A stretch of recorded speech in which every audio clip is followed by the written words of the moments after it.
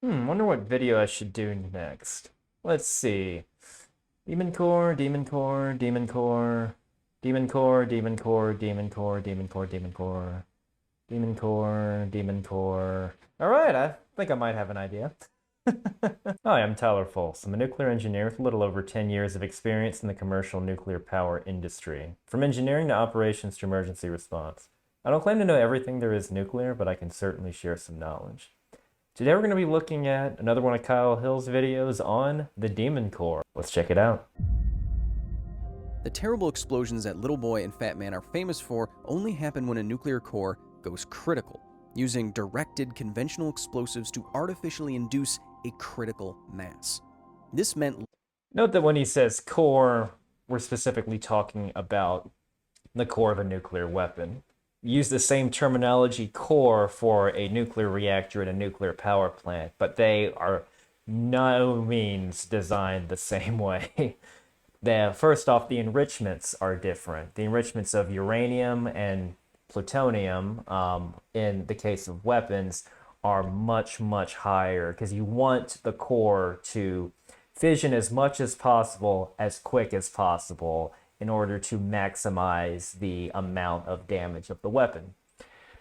Obviously, that's not the case in nuclear power reactors. In that case, you want to maintain a safe, comfortable level of power generation for a long period of time. We're talking several months as opposed to a few nanoseconds. Literally compressing a plutonium or uranium sphere into a much smaller volume with explosions. Now, neutrons emitted from natural radioactivity would be much more likely to go on and impact other atoms before escaping. That was a really cool drawing, but I just wanted to point out that those exact isotopes aren't necessarily what's going to happen every time. That was an example. It's all a big probability game. Nuclear physics is all about statistics. And based on geometry of fissioning uranium-235, this is about what you get, where you see the x-axis is the mass number. So they're centered around mass number of 95 and a mass number of 137 from fissioning something that's 235 with uranium. Some nuclear engineers like to call this the Dolly-Parton curve for reasons that I'm sure are highly scientific. The so-called Demon Core was the third core of fissionable nuclear material made during the World War II era. It was also supposed to be dropped on Japan.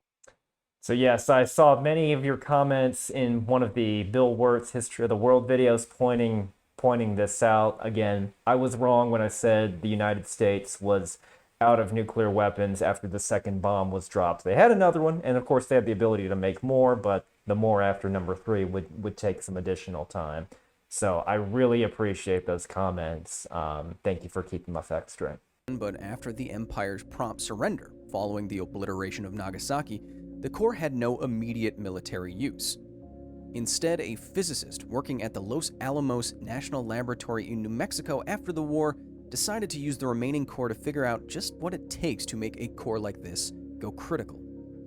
Careful what you wish for on that one. It turns out that if you use a very thick material to reflect neutrons coming out of the material back upon itself, like a mirror would, a self-sustaining reaction can occur with substantially less plutonium or uranium. So reflectors, in the case of this, yeah, you can use, there are various materials that have the ability to basically have the neutron go back in and get another chance at fissioning.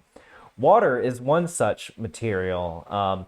Water in nuclear power plants, the ones in the United States, are all use water as both a reflector, which can bounce the neutrons back in, so you get a lot more fuel utilization out of a relatively low enrichment and relatively low neutron flux than what you would have to. So it's another reason why a little bit of uranium goes a long, long way in terms of energy production.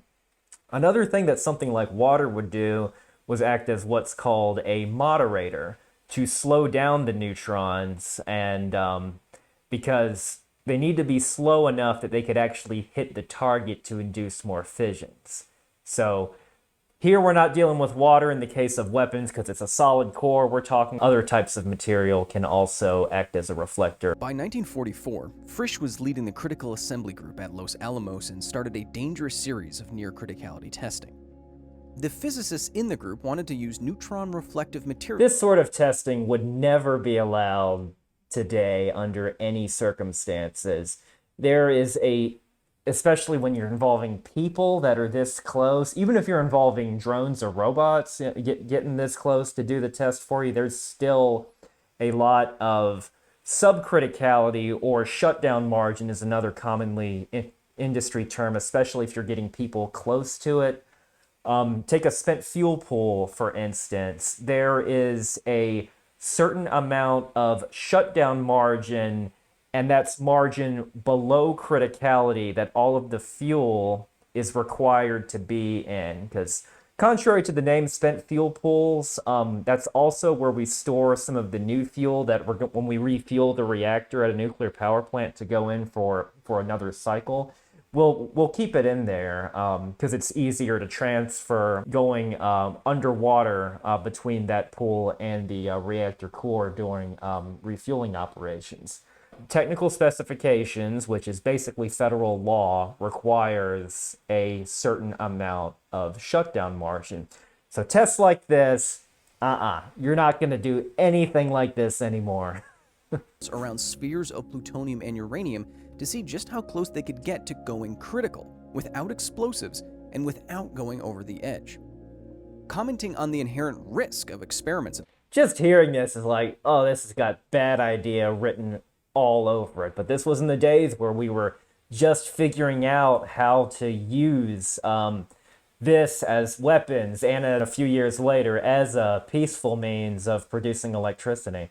Legendary physicist Richard Feynman reportedly said that the experiments were like, quote, tickling the tail of a sleeping dragon, end quote. That's a great quote and very accurate. On August 21st, 1945, Harry K. Daghlian Jr. was conducting a criticality experiment with the Demon Core. He was placing tungsten carbide bricks around the mass of plutonium to see how many bricks and in what orientation it would take to reflect enough neutrons to cause the core to go critical. That afternoon, using a Geiger counter-like device to measure the radiation coming off of the plutonium, he got close enough to criticality that he decided to end the experiment. Now, this result should have been worth just a few graphite streaks in a notebook and maybe a beer at the local bar with the other physicists. Quit while you're ahead, buddy. Daghlian was curious. Later that night, he returned, alone, to his assembly for another test. Another thing that would never be allowed, any form of reactivity and manipulation now requires a peer checker and supervisory oversight. You're never doing anything involving, and by reactivity, I mean things that can bring you closer or further away from criticality. You cannot do that alone, under no circumstances. Like the tests before, Daghlian created an orientation of bricks that his measuring device told him was nearly critical. As he was placing one last brick, the measuring device indicated that the core would go critical if he continued on the assembly. The dragon would wake up. So cautiously, he began removing the final brick, and then he dropped. This sort of thing, you would also, so I'm just talking about people that are like operating the nuclear plant in this case. I know this is different, but this is basically an approach to criticality during a reactor startup is a close analogy to this, because when you take this critical, it's a reactor.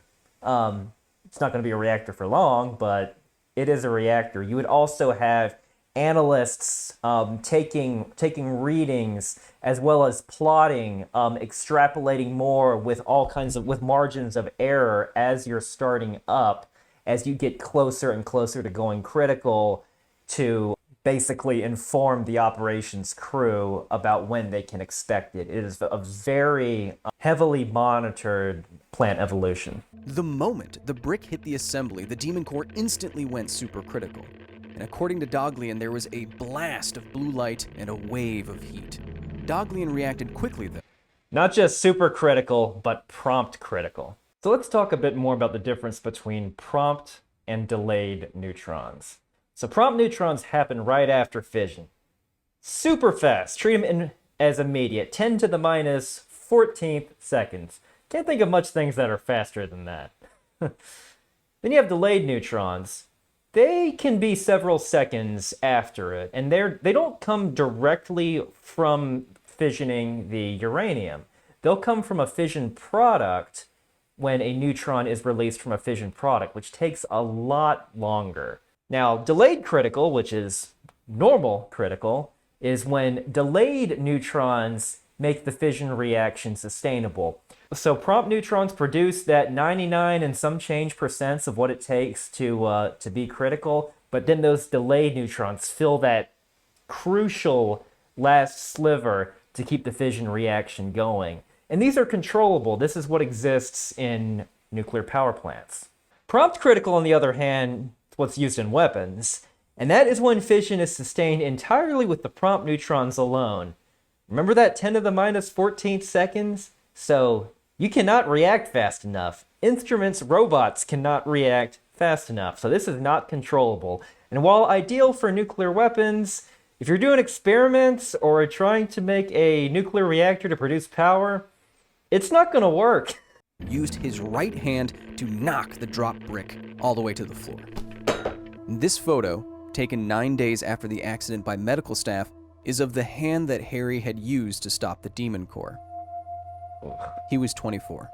Harry wasn't completely alone and experimenting in the lab that night. A security guard, Private Robert J. Hemmerly, was also sitting at his desk next to Daghlian reading his newspaper. Hemmerly died 33 years after Daghlian Jr. from what is now considered to be radiation-caused leukemia. And back then they had no idea what that was, because people have never done these sort of crazy experiments. Can you imagine dying in some way, or getting sick in some way rather, that is unexplained and probably kept a secret? 29 and the father of 2 at the time of exposure. Daghlian's colleague, Louis Slotin, spent many hours at his bedside, comforting the 24-year-old as radiation poisoning slowly claimed him. By 1946, physicist Louis Slotin had taken over the critical assembly group from Frisch. Though the criticality experiments were moved from the Omega site at Los Alamos to the Palajito laboratory, the dangerous nature of the experiments did not change. In addition to Feynman's continued warnings, physicist Enrico Fermi said that, quote, "Keep doing that experiment that way, and you'll be dead within a year." Or less. Yeah, even if you're gonna do some type of experiment, you gotta at least have a buddy with you, at least put yourself at a safe distance, allow sufficient shutdown margins so you can do experiments safely. But this would never be attempted now. But Louis Slotin wasn't worried, and the experiments continued. On May 21st, 1946, Slotin was conducting another criticality experiment with the demon core. This time, though, instead of using tungsten bricks, Slotin was testing the critical point of the core by placing it inside 2 half spheres made of beryllium and lowering those halves until there was just a sliver of space before the sphere was complete. That sounds even more dangerous. Core was completely enclosed, the reflection of neutrons would be total, and the dragon would wake again. More reflections means less room for error, and if you drop it a little bit more, it's gonna go. You're that much closer to making a mistake. If you're off by a few micrometers, it goes critical and it's gonna kill you. Local expert among experts, Slotin was reportedly brash in his experimental protocols. In his signature pair of blue jeans and cowboy boots, Slotin would perform the criticality tests without the fail-safe spacers that would sit on the half spheres and keep it from ever completely closing. Instead, he would put his bare hand on the top half sphere and attempt to lower it using only the blade of... I didn't know this part. Wow. And after seeing his buddy die horribly, he's gonna do something even more dangerous. Flathead screwdriver. That way he could get much closer to criticality. And Slotin had successfully completed this experiment dozens of times. So that's another thing.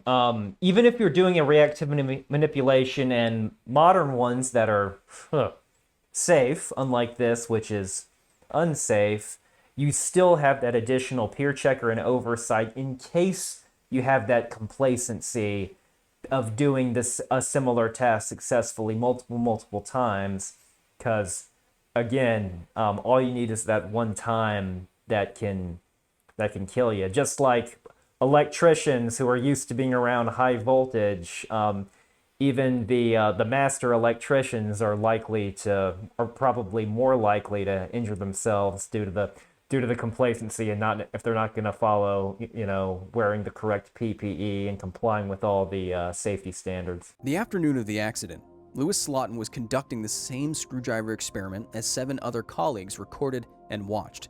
It was just like the test before, but for whatever reason, this time, the screwdriver slipped. The moment the spheres touched, the demon core went prompt critical. The reflected neutrons coming from the plutonium inside the sphere instantly initiated supercriticality. Like the Daghlian accident, there was a... So again, prompt critical we just talked about. Supercritical, it just means that power is going up. So being supercritical when raising reactor power, even though it sounds scary, that's actually normal. And you don't really use the term supercritical very much in a nuclear control room, but technically you are going supercritical. You're subcritical when you're lowering, even though during both of these manipulations at power, you level back off to just being critical whenever you've reached your latest plateau. Despite the name, supercritical, not the scary one. Prompt critical, that's the scary one. Flash of blue light and a wave of the dragon's heat before Slotin could flip the top half sphere off of the assembly. Naturally, the 7 other scientists in the room ran out as fast as they could as the accident occurred, but Slotin shouted them all to get back and tossed them a stick of chalk. He told them each to mark down precisely where they were standing. By establishing their positions relative to the demon core, Slotin would be able to calculate just how much radiation each person had just absorbed, and how much their lives had just been shortened. Radiation follows the inverse square law. You double your distance from the source, the intensity drops by a factor of 4. So yes, you can make a calculation based off of this. According to physicist Raymer Schreiber, who was present in the room with Slotin that day, Slotin's first words immediately after the incident were, quote, "Well, that does it." Louis Slotin died of severe radiation. That's just so sad. In those few moments, Louis Slotin had been exposed to over 1,000 rads of radiation from the neutrons and gamma rays blasting out of the demon core. So 1,000 rads is nasty. That's a fatal dose right there. But its dose equivalent is actually even higher than 1,000 rads, since a lot of it was neutrons. In nuclear industry, they use this term called a quality factor of what to multiply it by in order to see how its intensity and its effects on the human body. Neutrons are 5 times worse than gamma rays, or it says photons on this chart, but gammas are just super high energy light. But 5 times for thermal neutrons, which the majority of these would have been thermal, and there's going to be a few of these 20s thrown in there fast. Very small percentage, because fast neutrons in this sort of setup aren't going to cause a reaction. So in other words, the 1,000 rads, I forget the exact numbers, but if 60% of it was neutrons, that's going to kick it up to like well over 3,000 rads, so it's even worse. So he's deader than dead at this point. Since 1945, over 60 criticality accidents have been recorded, leading to at least 21 deaths in facilities and labs all around the world. The flash of blue light that so often accompanies the... Back in these labs, back in this time period, lessons aren't shared as effectively. I mean, I'm sure these people knew about the accidents at the other labs, but after accident 1 happened, all kinds of protective measures would be thrown in place internationally, because at least in today, because of how closely knit the nuclear power community is now. So one accident, or one particular type of accident would be the last, if it were to happen now. Just with all we're better at sharing knowledge now than we were back in the 1940s and 1950s, and Tragically, these poor communications were also a contributor to these later accidents that would occur. Particles and gamma rays flying out of the nuclear cores rip electrons from the molecules that make you up and smash your cellular machinery beyond repair. When enough Pretty good description of it smashing your DNA. So think of like the gammas. This also explains why neutrons are worse, because the neutrons, think of it as like a wrecking ball going in and smashing your DNA blockchains, whereas the gammas, it's pure energy. There's no mass associated with it, so you're just hitting it with you're heating it with a really nasty light. This is what it does to your DNA. 46, a different nuclear core was destroyed in a 23 kiloton air-deployed nuclear weapon over Bikini Atoll. It was supposed to be the end of the Demon Core. Oh, this was part of that Crossroads test. I think I mentioned in my previous video that I did on Kyle Hill's stuff.